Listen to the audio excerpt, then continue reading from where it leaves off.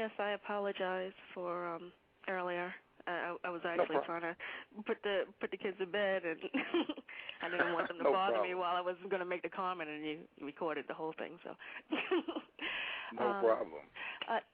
Okay, I'm sorry, I didn't hear the whole thing from the beginning, but I kind of came in when Mr. Fuller was talking about the whole gay, feminine men in history, and my name is the Gay Mentor. That's my show name on here, and I was just curious his perspective of minority gay females or lesbians, or does he feel like since they're females, it's kind of the opposite, that maybe Caucasian men or men in general heterosexual men might feel intimidated, or, is there an issue, or is it, do they get away with a little bit more? Do we get away with a little bit more because we are females, and maybe we, less people are intimidated by us? I was just, curious about your perspective on that. And then I also had another comment, but I didn't know if you wanted me to kind of question. I don't know if you want me to wait till you answer that one. Could I ask if you're a white person or a non-white person? I am half black, half Puerto Rican. My mom, she's, was a Black Panther when she was younger, natural afro, and just real down-to-earth person. And my dad, born in Puerto Rico, that type of thing. You're non-white. Right, non-white. But my godmother... According to the white supremacists, you would be non-white. Right, absolutely. You'd be in the non-white category. Yes.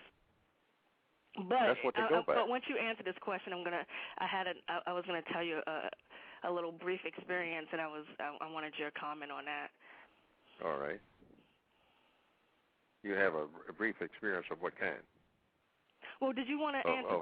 Yeah, it's something totally different. It has to do with kind of like race relations. So I don't know if you want to address the. Oh, okay. Well, no, I'll deal with the first. I'll deal with it like I will deal with it in the order that you want me to do it. So your first question was. Hello? Oh, okay. Yes, sir. Please. What was our first question?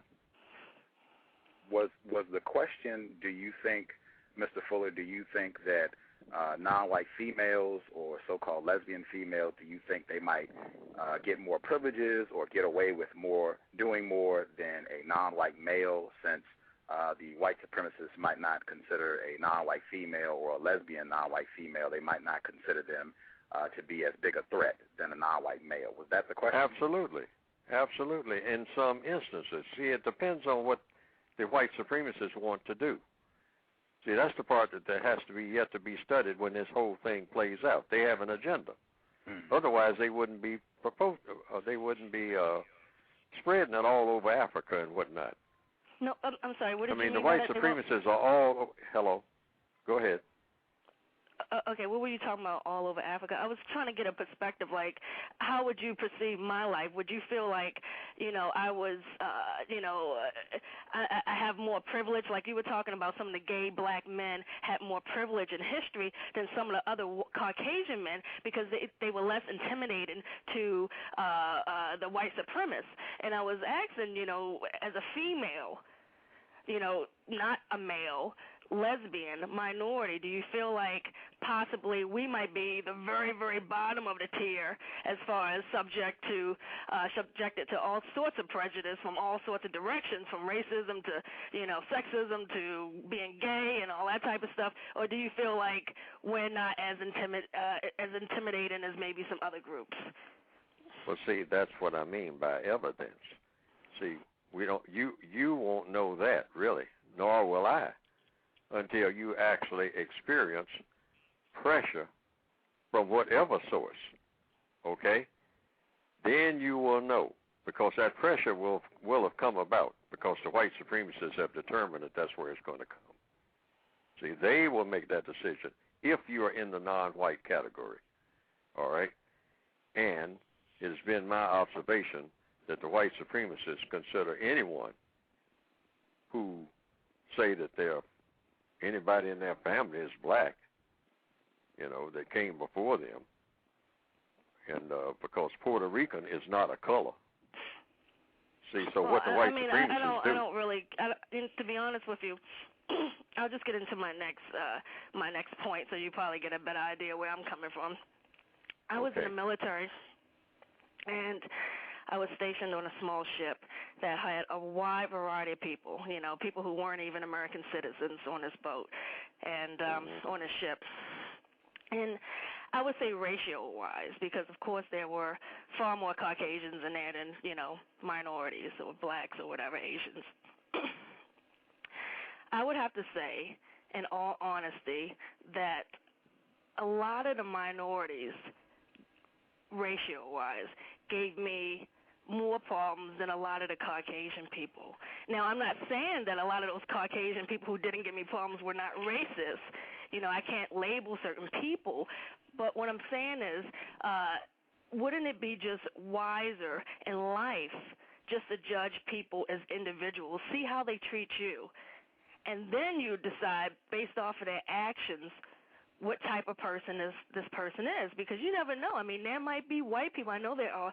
I'm sure racism will probably exist as long as I'm alive. But I believe there are white people who generally want to help other non-white people. I'm not saying depend on them. I'm just saying be aware of, whatever your environment is and the type of people you're dealing with. Yes, that's exactly what I'm talking about. What you are describing right now, like the ship that you were on and all like that, that's exactly the way that the white supremacists want it. Because what you were describing is confusion. I'm not going to disagree with that. Huh? I'm not going to disagree with that. You said you do disagree with that? I will not disagree with that. Oh, okay. Well, now, what you were looking at on that ship, because a ship is an excellent place. See, they experiment on ships.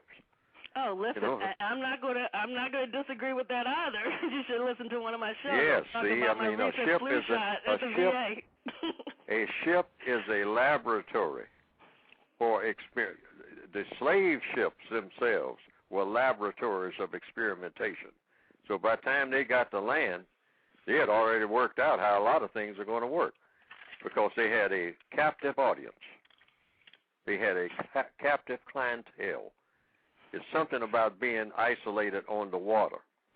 Okay, but and then I'll get to a general. I mean, your ideas are very interesting, and honestly, when you were talking about the whole gay men and certain positions, I didn't live during that time, but that sounds very interesting.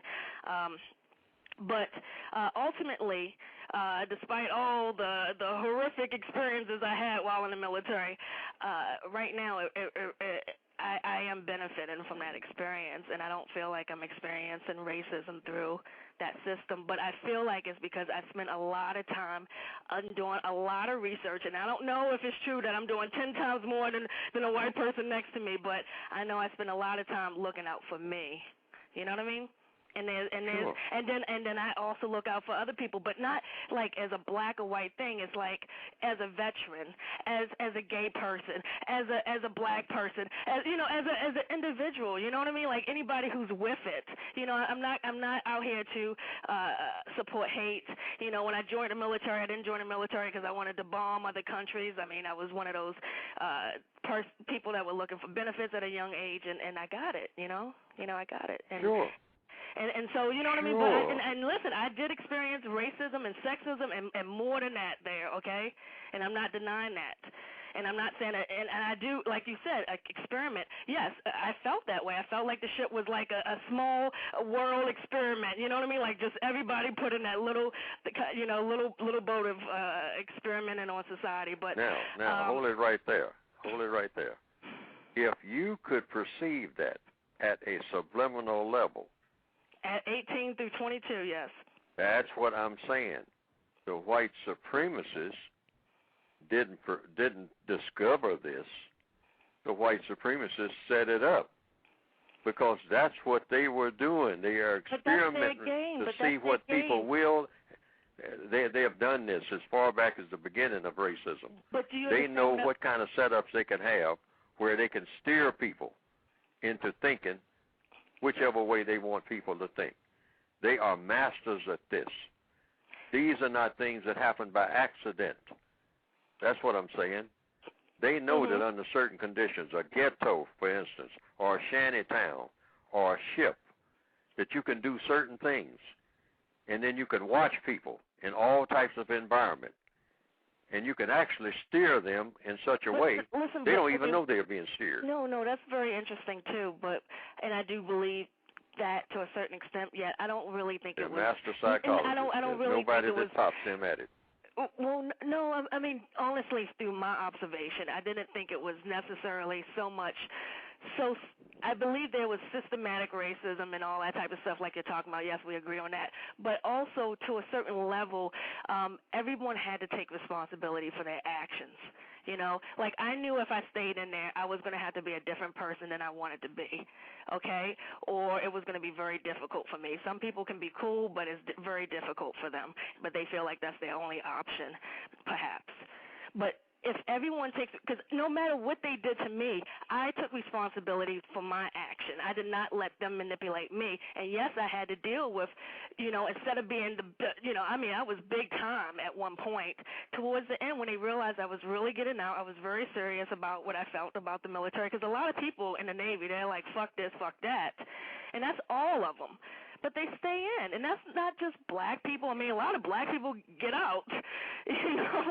That's all types of people. So if there's a racism or a systematic system going on, they're all experiencing it to a certain extent. Yes, but I have this question. Yes. At what point in your existence on the planet did you take what you started saying, responsibility, and that you no longer were being manipulated? Because honestly, to be honest with you, from because day one, but I think they thought I was a teenager, and they just had to, praise me and give me everything that someone would want, and I mean, not saying I didn't earn these things. I took these tests, and I showed up one time, and I did what I was supposed to do, responsibly. But I mean, I was. All these awards, and then it's like, oh, you really are getting out. You really did just use this GI Bill and got, getting the fuck out, and not looking back. I understand that, but here's what I'm saying. Under the system of racism, because see, it's a world system. But do you understand what I'm telling you too? The black people were the same way. I mean, I was in. I understand this. I want you to listen to me for a minute. I understand all of that. And that's a part of the system. Who are you trying to blame? Are you trying to blame the white people for manipulating the black people to be racist against me? No, I'm telling you. I'm telling you what the perspective of the codification. The white supremacists, like the captain of a ship. Now, you said that you were on a ship. Now, there's one thing that I've always been taught about a ship. Whether it's the Titanic or the Forrestal, the captain is to blame for everything that happens on that ship that doesn't supposed to happen.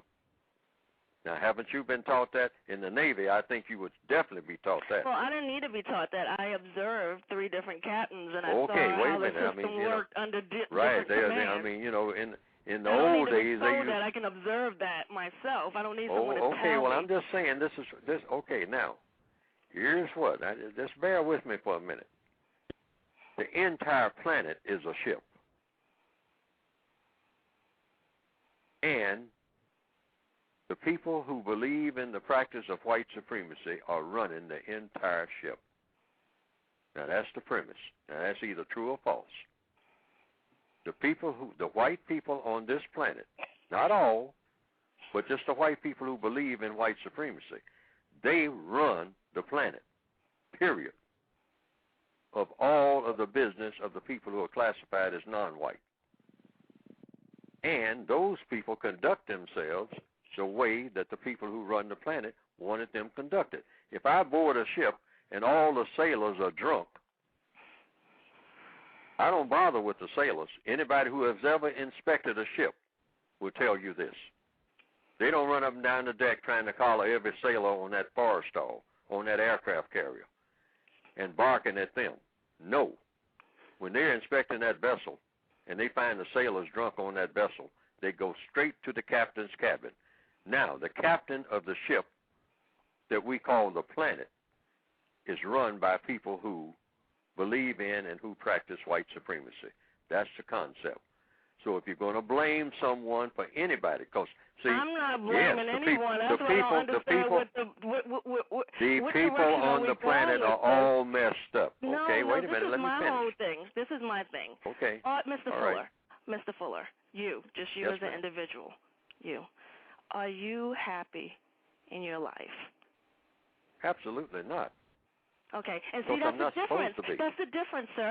I am, as some people in this chat room describe me, and I'm sure these people are black. I know they are, and very, not politically correct terms describing my ethnicity, which is unfortunate, and this just proves my point right here. And they think I'm lost, but they're proving my point right here in the chat room. But that's fine. I don't care what you want to call it. Okay. Oh, you're not supposed but to if you don't have a problem. Sir, let me just finish my point. My point is that despite this racism that exists in society, I'm saying I am happy in my life. And I don't I socialize with anyone. I don't care what race you are, because I know there are good white people. I know there are good black people. I know there are bad people of all different races. And I've always been like that. Even it was way before the military. But you say that. Well, wait a minute. You say something else though. You say that you're a female and that you're gay. Correct? Yes, I am. Now, which should be another shot against me, right? I should be angry. No. I should be like, oh my God, I can't have these benefits, and I'm not that way. According to the code, that means that the white supremacists have done their job. All right. Well, hey, their job works for me. Well, thank you, white supremacists. Yes, that's the very point. And you say that you're. Wait a minute, hold it. And you say that you're happy. I am, and that's the truth. I'm happy. Absolutely, and that fits the old-fashioned description of gay. Now. There you go. Hey, check out my homepage. Yeah, you're gay and you're happy. Wait a minute. Now, let's look at it. That's the very point. The first part of the discussion this evening was just about the effect that the white supremacists want to have on what they consider to be non-white people. And that was my premise in the beginning. Okay, now, I missed the beginning. It's nothing better. It's nothing better than a happy person that the white supremacists have manipulated into being happy. Why does it have to be white supremacists? Why can't it just be fighting for what you believe in? Why does it have to always be race when I'm saying individuals? Well, in other words, is Clarence Thomas, am I supposed to relate to him or something? Wait a minute, say that again. Am I supposed to be able to relate to Clarence Thomas? You want me to repeat myself? Ask the question so that I'll know what the question is. Am I supposed to be able to relate to Clarence Thomas? Relate to him how? You're supposed to be able to relate. Well, I mean, if you're listening to what I'm saying in a row, I'm saying, am I supposed to automatically assume that I am to get along or be able to relate to every black person, or assume that every black person is for my best interest? Or should I assume that a black person over a white person is in my best interest just because that person is black? That's what I mean by asking one question at a time and answering that question. Okay. In answer to the first question, no, under this system, the way it's set up, you're not supposed to be able to relate to anybody in a constructive fashion, except the white supremacists when they want you to do it. Okay? So you got to think about what is their objective, because whether anyone realizes it or not, which shows how good they are, they want to have absolute control without the person knowing that they are being controlled. That's the perfect situation. so that the person thinks that, oh, but what listen, I'm doing what is just the things that I want to do. Do you think you're not Hold being it. controlled? Let me say this. You are being controlled. Let me say this about the way the white supremacists operate, because many people think this. The Indians thought that. I'm in control. No, They're sitting up here as drunk as they can be. You think you're in control because you're making it seem like you have more control because you're able to think past the white supremacists' game plan. And what I'm saying is, what makes you think you have more control or more freedom than I do? Perhaps, and I don't know for a fact, but perhaps I might have more freedoms than you do. See, but that's another thing that the white supremacists do. Wait a minute. Let's hold it just reality, a second. not the reality somewhere on Red Planet, whatever these people are from in this chat room. Well, let me answer the questions as we go along. I'm not saying that you don't have anything. I'm saying what counter-racist logic says, because I'm dealing with racism. Now, I'm also saying something else, which you have said to me, and I'll just repeat it. You said you really got no problem with because you have figured out a way to be happy. I did not say I don't have more problems. I said that perhaps what my did you situation say? You said you were happy. is a little bit more. I did say I'm happy, and you said you were unhappy. I said perhaps my situation, not knowing you personally, but knowing my situation, perhaps I have more freedoms. And I don't want to get into the details because I will assume that you understand what I mean by freedoms or freedom, benefits or whatever you want to talk about, than you. No problem. But see, here's what.